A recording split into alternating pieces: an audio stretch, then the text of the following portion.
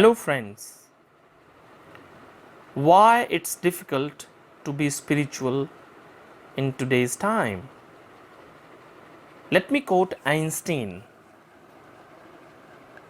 to throw some light on the age that we are living in.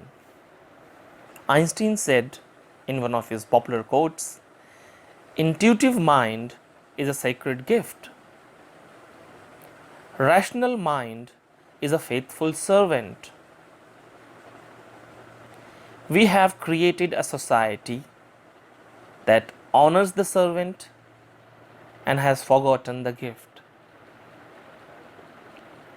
Friends, if you look closely, our society today represents luxury, lust, and speed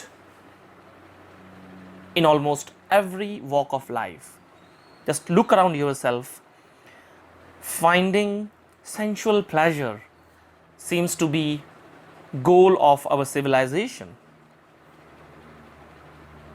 Now friends, sensuality is a roadblock to spirituality. If we are too sensual in our approach or too sensuality centric in our approach, it becomes very difficult to explore your intuitive capacities. Friends, if you remember when we were kids, we were told by our elders, use your head and follow your heart. Now, if you see these days, we have gone other way around. We follow our head and conditionings and outside influences and beliefs, and we ask our heart to obey us. Rather, we try to use our heart, and that is the way we mess up a lot of things in our lives and suffer. It requires a certain material to be spiritual. I would like to quote one doha by Kabir, where he says, Kami, Krodhi, Lalchi, इनसे भक्ति न होए, भक्ति करे कोई सूरमा, जाति बरन कुल खोए. Let me translate this doha for you, which is so apt in today's time and age. Kabir is saying, Kami, lusty, one who loses his temper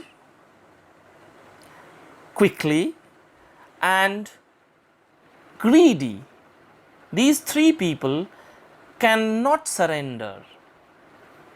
They cannot do bhakti. They cannot follow the path of love that requires decimating your negative self. Now, who is capable of that? Kabir is hinting that also in this doha. He says, Bhakti kare koi surma, jati baran kul khoye. He calls him a brave man. Who is this brave man?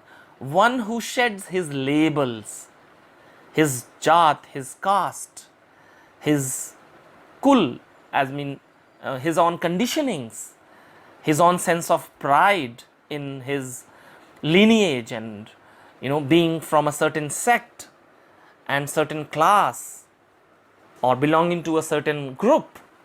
So who is able to forsake his fake identity, his I consciousness, is the one who can do bhakti according to Kabir. So he is the man who is able to challenge his own beliefs, his own conditionings, and according to Kabir, he is the man who will be able to see truth, who will be able to follow the path of love. That's all for now. See you in the next podcast. God bless.